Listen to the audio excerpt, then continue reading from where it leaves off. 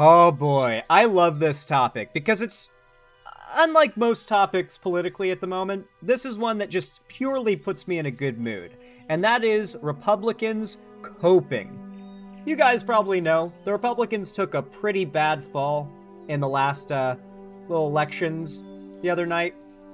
They took a pretty bad fall, and they haven't been able to get up, and they don't have Life Alert. It's not been great for them. They're quite upset about it.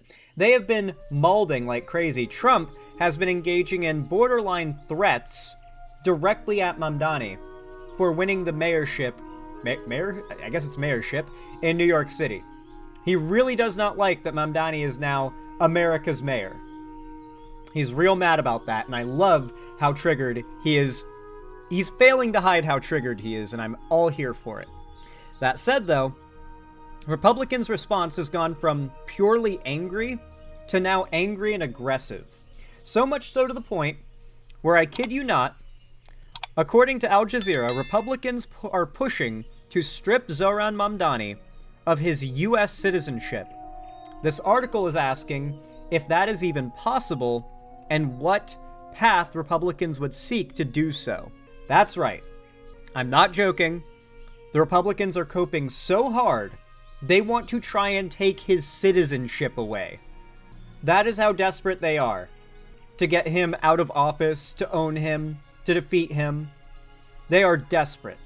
This is how you know they've got nothing. Now, if you're wondering why Mamdani winning has Republicans so angry, I think it's because they recognize that this is a sign that America is starting to move away from MAGA, but not towards the same old neoliberal politics that have continuously disappointed America and led to a anti-incumbent response towards the far right. Instead, Americans are giving left-wing populism a bit of a try. Now, generally, I criticize populism on both sides of the aisle because I find it can often lead to vibes-based politics, but from everything that I have seen, Mamdani is not a vibes-based politician. He is a data and issue and policy-based politician who also has his priorities and his principles exactly where they need to be, at least to make me happy. So I don't believe he's going to go down the cringe LARP path that many on the left do, nor do I think he's going to end up flipping and becoming like a Fetterman. I think he's just legit. I think he is. In fact, AOC was at his victory speech and gave her thoughts. We did watch a bit of this earlier, but I thought I'd play it for the segment now, because I think it is a bit relevant, just to really showcase why Republicans are freaking out, because for many progressives, this victory alone, or the victories, are worth celebrating, but I don't think people realize how significant Mamdani's victory is, and that, sure, he just won office, but it's his ideas that are now going to be allowed a proof of concept for the rest of America to go off of. No longer will Americans have to hear the lies of Republicans and more centrist-y kind of liberals who don't want to experiment with progressive policy. Now we're going to have a proof of concept to go off of, and if New York gets better under Mamdani's policy, it doesn't matter how much Republicans want to lie about it, New Yorkers certainly aren't going to buy it, and to an extent, I don't know how much America is going to buy it if New Yorkers aren't complaining. This is a big deal.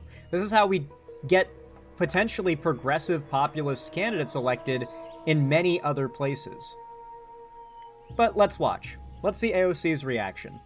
And Sam, you are joined by Congresswoman Alexandria Ocasio-Cortez, one of the biggest names to endorse Zoran Mamdani. What is the Congresswoman saying? What's her reaction tonight? For sure. So let's start right there. Congresswoman, thank you so much. Kristen just said you were one of the biggest names to step out and to support Zoran early on in his political career. First of all, he becomes the youngest mayor in 100 years plus in New York. Are you surprised by the reality of the situation? You know, I have to say that I'm not. I think that people across this country are really hungry for public servants that are going to put them first, for public servants that answer to them above special interests and who are laser focused on making life affordable for everyone.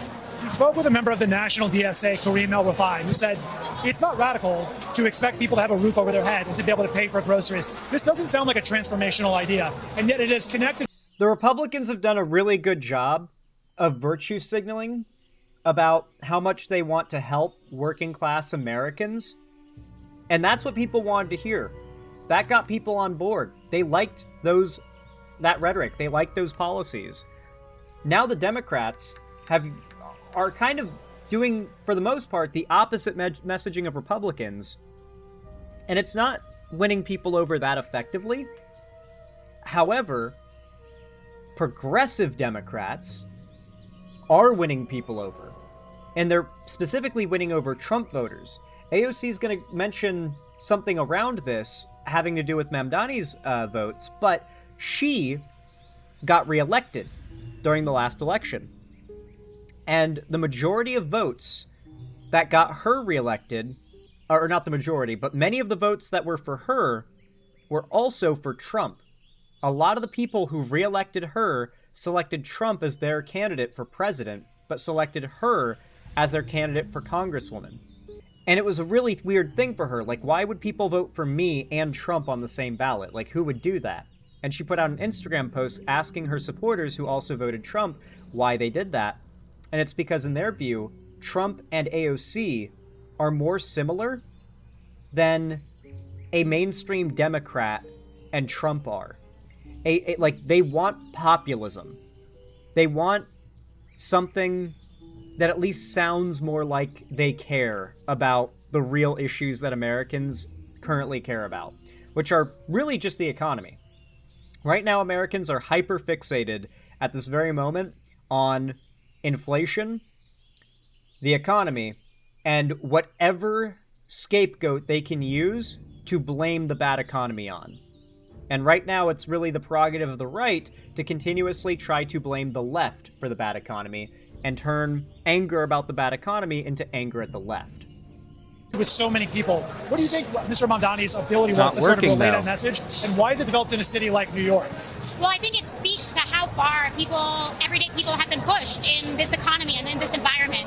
We have record high levels of young people that are unemployed, of people who are unemployed who are being paid very low wages and can't afford life. And so I think people are receptive to a new path and a new story, and I think Zohran Mamdani really spoke to that and organized for it. Congresswoman, it's no secret the Democratic Party has struggled in recent years to attract voters, whether it's first-generation immigrants, younger voters, educated Asian voters. I mean, these broader coalitions that we've seen attracted to Mr. Mamdani's campaign. How does that potentially provide a blueprint for other Democratic candidates? Well, I think what we're seeing in tonight's results and in many of the communities that turned out for Zohran Mamdani tonight were many of the same communities that Donald Trump won against Democrats in November. And so this shows that there is more than same in her re-election, as I mentioned before. one path to win and persuade independents and Trump voters. And it's not just by running in a more conservative fashion, but it can also be through a different and new message. It's so interesting to hear you compare it to Trump in that sense, right? That brand of populism almost inverted. Do you see parallels between the basis of what drove out voters for Trump back in 2016 and what we're witnessing right now? Well, I think we are laser focused on the working class. We don't take voters for granted. We don't take Latinos. We don't take young people. We don't take many of the communities that are historically taken for granted in our political system. The bar is now high, right? Because he has promised voters he's going to work on free buses and rent freezes and universal childcare, which we know is the most expensive part of that platform and would likely require the cooperation of the New York State legislature to raise tax revenues. How high is the bar, I guess? Do you see that becoming something that will manifest? I think people are mobilized by this vision. And what is so I think I'm going to let her speak, actually. important She says is it that better I than think me. New Yorkers are pragmatic. I think New Yorkers are practical. I'm going to let her go I don't off. think they expect that we're going to come in on January 1st and press a button. But I do think that New Yorkers are very motivated to vote for someone who has those goals and wants to move in that direction, as opposed to no direction at all. Well, so that's another thing that Mamdani has said is there wasn't an affirmative message for Democrats. What's the takeaway, right? People around the country are looking at this race and saying a Democrat. That right there. That is a piece of rhetoric from Mamdani that I really like, and I've stated this many times myself, and a lot of progressives have said the same. There is not an affirmative message for Democrats. What this means is that the Democrats don't often advocate for things in this day and age, so much as they are most known for advocating against bad things. The Democrats do way too much rhetoric focused on stopping the bad things Republicans want to do, and not talking about the great things they want to do. Mamdani didn't focus on attacking the opposition in his candidacy. He focused on hard-selling New York City on his progressive policy and explaining to them how his policies will make their lives better. and how great things are going to be with him in charge. Not how bad things will be if they elect the other guy, how great things will be if they elect him.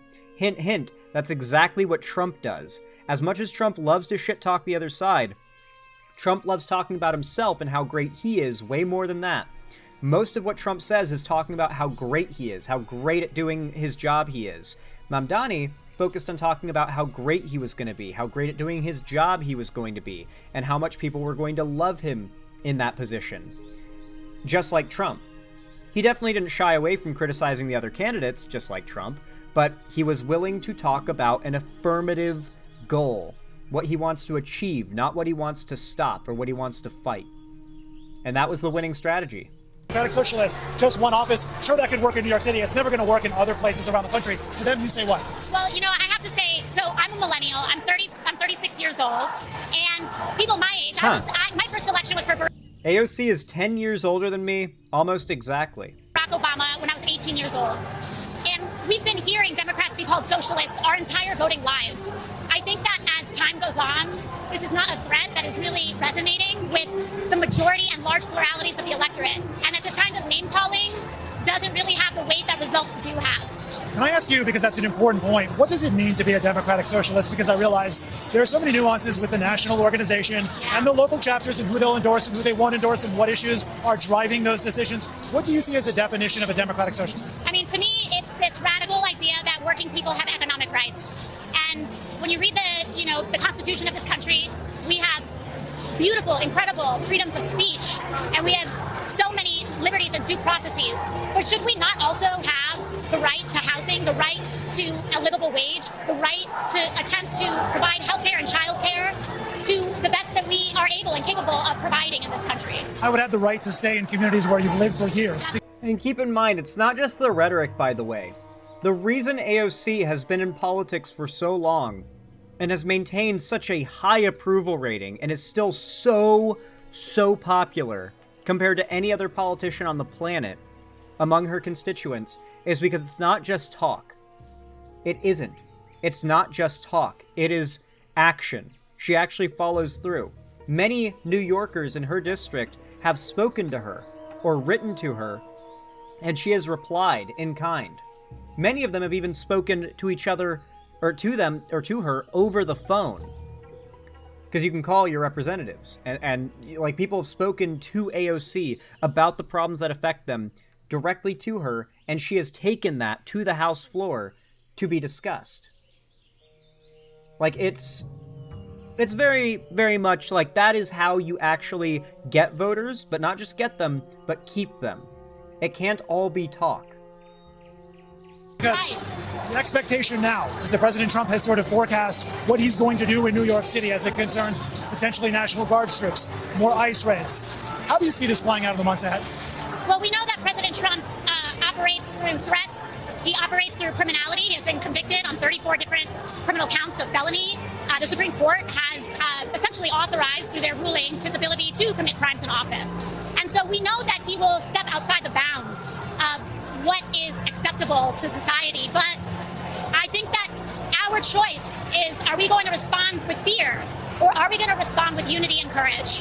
What does that look like? I know he said he's going to be withholding funds from New York City, which I'm not even clear if he has the constitutional authority to do that. But what does the resistance look like?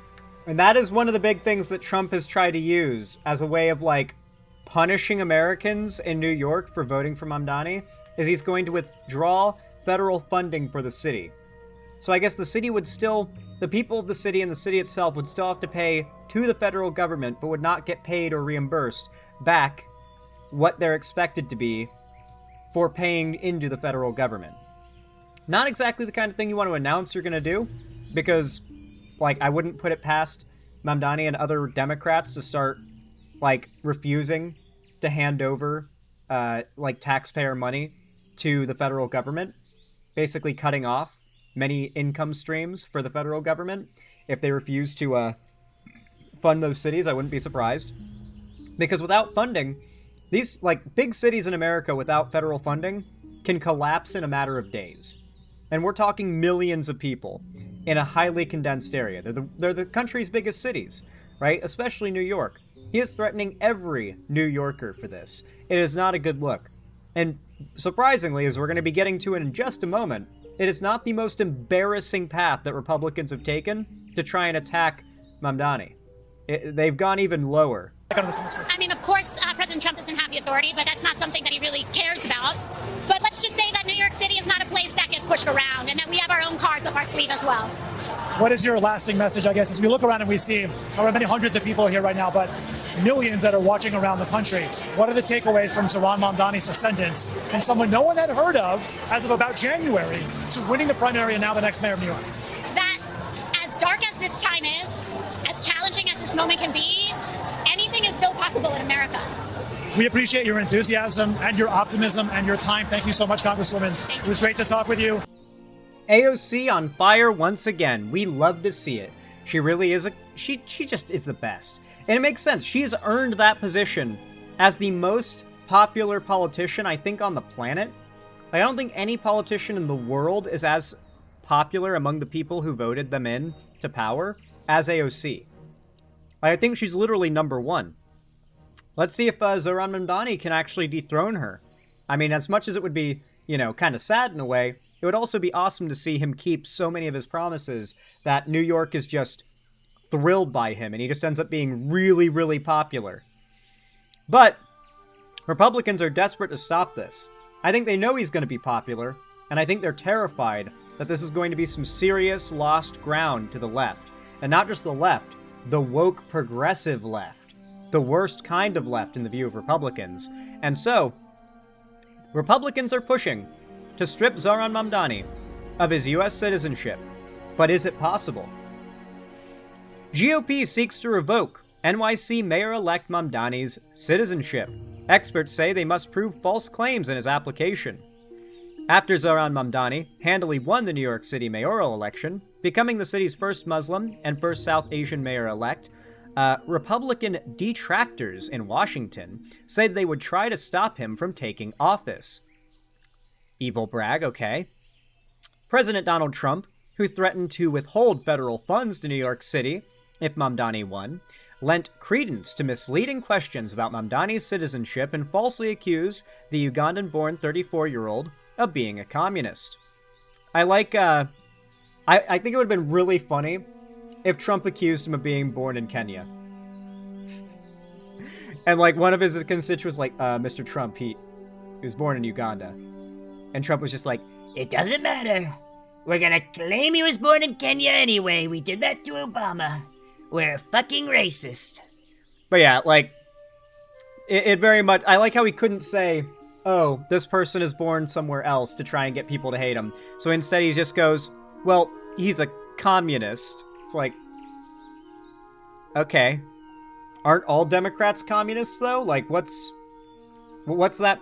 different about Mamdani and any other Democrat, then? Because you guys have been calling the Democrats as a whole communists this whole time. You couldn't pull out a special insult for him? That's kind of weak from Trump, come to think of it.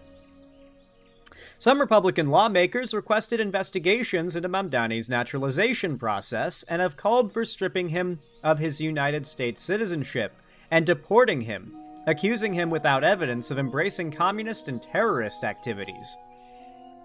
If Mamdani lied on his naturalization documents, he doesn't get to be a citizen, and he certainly doesn't get to run for mayor of New York City. A great American city is on the precipice of being run by a communist who has publicly embraced a terroristic ideology. Representative Andy Ogles from the Republican Party said in a October 29 news release after asking U.S. Attorney General Pam Bondi to investigate Mamdani. The American naturalization system requires any alignments with communism or terrorist activities to be disclosed. I'm doubtful he disclosed them. If this is confirmed, put him on the first flight back to Uganda. Randy Fine, the Republican representative from Florida, oh boy, this one's going to be real racist, misrepresented Mamdani's time in the U.S. when he said on October 27th on Newsmax, let me do a more of a Florida southern accent here, "Barbarians are no longer at the gate, they're inside, and Mamdani, having just moved here 8 years ago, is a great example of that, becoming a citizen. Look, it is clear with much of what I have read that he did not meet the definition to gain citizenship. then how did he get citizenship, dog? Like, are you going to claim one of the most stringent and arguably unfair and hostile immigration systems in the world somehow gave Mamdani a just an easy pass through the system? Because I can tell you that I know way more people who are on, like, multi-decade-long wait lists to legally enter the United States for immigration than I do people who have gotten in easily. Who remembers when Moist Critical tried to get his esports team temporary work visas in the United States so that they could come from out of the country to participate in a big Apex Legends event, and they weren't allowed in because U.S. Customs refused to approve their travel visas and just wouldn't allow them in. Like, they kept giving nonsense reasons and kept on delaying everything for months and months, and I believe Critical is still actively suing U.S. immigration because of how stringent they were, and how they literally wouldn't let, like, 4 Australians enter the United States for an event. Like, they had EA. I'm not even joking. Critical got EA to reach out to U.S. immigration and advocate for them. Mind you, EA is a multi-billion-dollar company, like, worth hundreds of billions of dollars, insane amounts of money. EA literally reached out to U.S. immigration, and they didn't respond. Like, EA got ghosted. The company, the corporation, EA, advocated for them to U.S. immigration and got ghosted. Yeah, I'm gonna be honest. I don't think Mamdani, like, accidentally got, like, just scooted through super easy. I think he had to, like, you know, work for it and do the whole process like anybody else would have to. And it was probably pretty hard. Born in Uganda, Mamdani moved to the U.S. in 1998, 1 year before I was born, when he was 7, and became a U.S. citizen in 2018. For adults to become U.S. citizens, they generally must have lived continuously in the country as a lawful permanent resident for 5 years, or 3 years if married to a U.S. citizen. Denaturalization, the process of revoking a person's citizenship, can be done only by judicial order. It's been used sparingly, such as for removing Nazis who fled to the U.S. after World War II, or people convicted of or associated with terrorism. Well, we'll have to see how far they're willing to stretch that definition in order to try and attack Mamdani with this. Immigration law experts said they have seen no evidence to support Ogles and Fine's assertions about Mamdani's application. Denaturalization is an extreme, rare remedy that requires the government to provide either illegal procurement or willful material lie, or willful material lie at a minimum. Clear, unequivocal, and convincing evidence that the fact would have changed the outcome of the time of naturalization, said immigration lawyers Jeremy McKinney.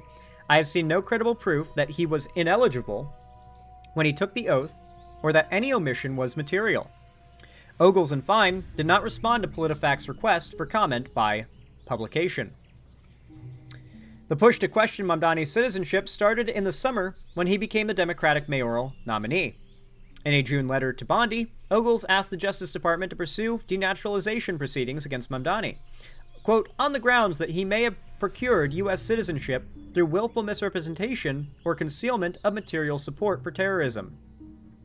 Ogles cited rap lyrics Mamdani wrote in 2017, Word, supporting the Holy Land Five, a reference to 5 men in the Holy Land Foundation, a Muslim charity, convicted in 2008 of providing material support to the Palestinian group Hamas. Some lawyers have criticized the case's evidence and use of hearsay. Makes sense. Ogles and Fine said Mamdani did not disclose his Democratic Socialists of America membership on his citizenship application form. The lawmakers say it's a communist organization, and Mamdani's involvement could have disqualified him from citizenship. Being a part of the Democratic Socialists of America would disqualify someone from citizenship in this country? That feels like they're admitting to something they really should not have.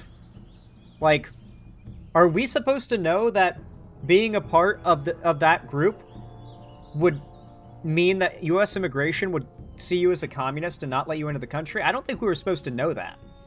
Like, I'm pretty confident we weren't supposed to know that is something that is against the rules to do if you're an immigrant, is be openly a socialist. But okay. I don't think we were supposed to know that. I don't think that was supposed to be public. Democratic socialism emerged as an alternative to communism. That's right. Like, I don't think we were supposed to know that being a democratic socialist was a thing that's meant to get you barred from immigration or citizenship here. Harvey Klur, an Emory University expert on the history of American communism, previously told PolitiFact, Democratic socialists generally reject the communist hostility to representative democracy, as well as the communist belief in state ownership of the means of production. Well, isn't a communist state a stateless, classless society? Moneyless as well? How would there be a state? McKinney, the immigration lawyer, said, DSA membership isn't a bar to citizenship. Failing to list a lawful political group on the naturalization form doesn't become fraud unless disclosure would have led to denial. A lyric referencing the Holy Land Five is protected speech absent actual material support to a designated foreign terrorist organization.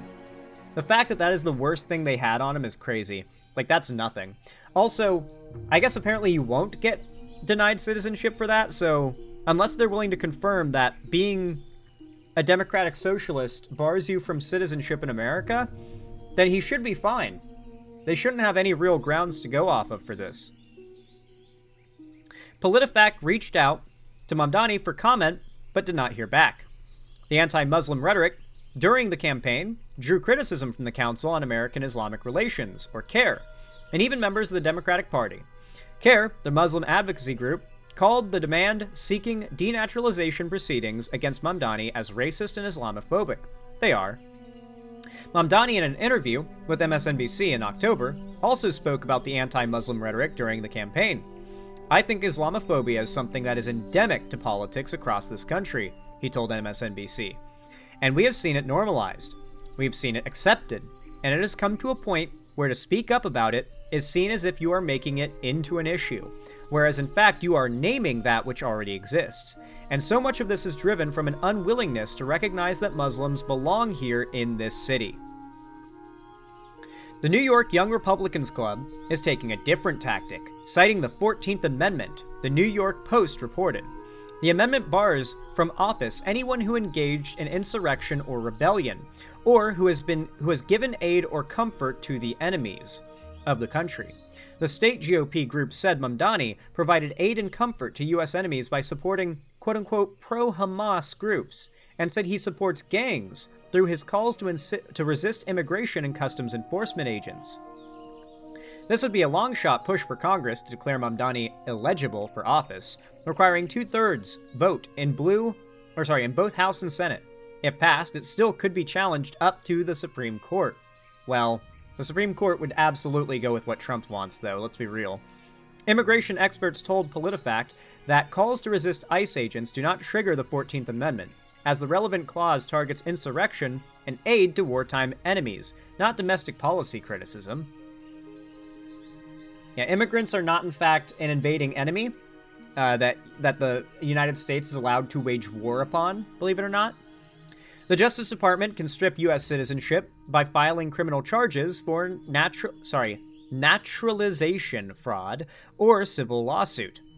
In either case, the government would have to prove that an applicant made a false statement in a citizenship application and show that the statement would have affected the application. The government's standard to clear in a criminal case, proving guilt beyond a reasonable doubt, is higher than a civil case standard of presenting clear and convincing evidence. The more common civil process lacks certain constitutional protections, such as the right to a court-appointed lawyer. Cassandra Burke Robinson, a Case Western Reserve University law professor who studies denaturalization, said. Robertson said it's extraordinarily unlikely that a proceeding against Mamdani would gain any traction. The bigger risk in my mind is the potential chilling effect on individuals with fewer resources who might be afraid to speak out against the government, Robinson said. Although denaturalization generally have been rare in the U.S., they've become more frequent under the Trump administration. Irena Manta, a Hofstra University law professor who studies the denaturalization process, said, In June, the Justice Department issued a memo directing lawyers to prioritize denaturalization cases. The memo's list of priority categories includes people whom the administration says pose national security concerns, gang members, and a catch-all category for any other cases referred to the civil division that the division determines to be sufficiently important to pursue. If Mamdani were to have his citizenship revoked, his immigration status would revert to his previous one, lawful permanent residence. That would disqualify him from serving as New York mayor. This is their goal, their last stopgap to try and get him out of office, to try and somehow eke a win out of this whole thing. They want to literally try and take his citizenship from him. Unbelievable.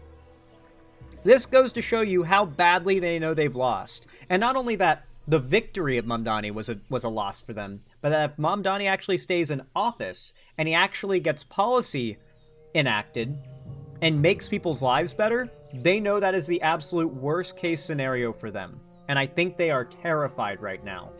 And they want to do anything they can to try to keep him from actually serving in office. Because once he starts getting stuff done, it's over. It is going to be very, very unpopular to attack him if he starts getting stuff done. They literally dropped attacking AOC years ago when they realized she's literally the world's most popular politician, and all the attacks against her just made the party attacking her look bad. And so Republicans rarely talk about AOC negatively now. That said, though, if you enjoyed this segment, if you found it entertaining, enjoyable, or educational in any way, then I do appreciate you watching. Consider leaving a like and a comment down below. As I said before, subscribe and ring the bell icon if you want to see more from me in the future. Hype the video if you want to support it extra. And of course, as always, thank you for watching, and as always, I hope you have a good one.